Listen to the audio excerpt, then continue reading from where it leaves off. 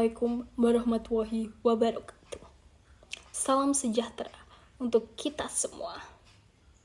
Hadirin yang saya muliakan, kita semua tahu bahwa cinta adalah anugerah terindah dari Tuhan. Cinta membuat kita merasa hidup, membuat hari-hari yang berat terasa ringan, dan sering dianggap mampu menaklukkan semua rintangan. Tapi izinkan saya bertanya, benarkah cinta selalu bisa mengalahkan segalanya?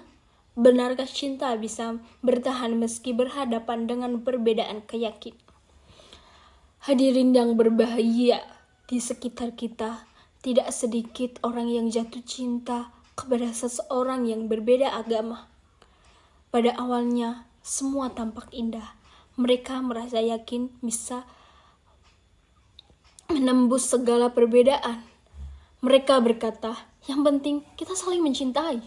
Namun, apakah cinta cukup untuk menjawab semua persoalan? Seiring waktu berjalan, perbedaan itu mulai terasa. Perbedaan dalam beribadah, aturan-aturan hidup yang berbeda, bahkan cara pandang dalam mendidik anak seringkali memunculkan pertengkaran. Apa yang awalnya dianggap sepele, lama-lama menjadi sumber masalah. Tidak jarang, hubungan yang dulu penuh janji manis harus berakhir pahit. Dan lebih tragis lagi, banyak pernikahan yang akhirnya runtuh hanya karena perbedaan keyakinan yang tidak bisa didamaikan. Sekarang, mari kita bayangkan, jika sebuah pernikahan beda agama tetap dipaksakan, siapa yang paling dirugikan? Yang pasti, anak-anak. Mereka lahir dalam keluarga yang sejak awal berbeda jalan. Mereka tumbuh dalam kebingungan harus ikut siapa. Bagaimana mereka beribadah? Bukankah seharusnya rumah tangga memberi rasa aman, bukan menambah rasa luka? Bukankah seharusnya keluarga menjadi tempat yang menumbuhkan ketenangan, bukan justru menambahkan kebimbangan? Hadirin sekalian, masalah cinta beda agama bukan sekedar soal dua orang yang saling jatuh cinta. Dampaknya bisa meluas ke dalam keluarga, bahkan ke masyarakat. Inilah alasan mengapa kita harus lebih bijak dalam menyikapi cinta. Lalu, apa yang harus kita lakukan? Pertama, kita harus menyadari bahwa cinta sejati bukanlah perasaan sesaat. Cinta sejati adalah komitmen, tanggung jawab, dan perjalanan panjang yang harus sejalan dengan iman. Jika cinta membuat kita meninggalkan iman, apakah itu masih bisa disebut dengan cinta? Kedua, kita perlu mendidik generasi muda agar tidak hanya memandang cinta dari sisi indahnya saja. Kita harus menanamkan pemahaman bahwa memilih pasangan bukan sekedar mengikuti hati, tetapi juga harus mempertimbangkan masa depan, keluarga, dan keyakinan.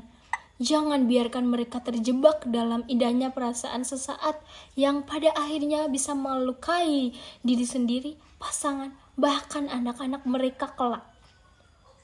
Bayangkan bila semua orang mampu menempatkan cinta pada tempatnya, tidak akan ada lagi rumah tangga yang hancur hanya karena perbedaan.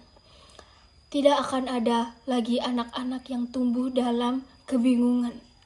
Sebaliknya, kita akan melihat lahirnya keluarga yang rukun, penuh kasih sayang, dan sejalan dalam iman. Bukankah itu yang kita semua harapkan? Hadirin yang saya cintai, mari kita jadikan cinta sebagai kekuatan yang benar-benar menyatukan. Jangan biarkan perbedaan agama menjadi jurang yang memisahkan. Ingatlah, cinta sejati bukan cinta yang menyesatkan, tetapi cinta yang menyelamatkan. Cinta sejati bukan yang melemahkan iman, tetapi cinta yang menguatkan keyakinan. Maka dari itu, marilah kita bersama-sama lebih bijak dalam memaknai cinta. Jangan sampai air mata jatuh hanya karena kita salah mengambil langkah sejak awal. Semoga kita semua mendapat kekuatan untuk memilih cinta yang sejalan dengan iman, agar hidup kita selalu dipenuhi ketenangan dan keberkahan. Sekian dari saya. Wassalamualaikum warahmatullahi wabarakatuh.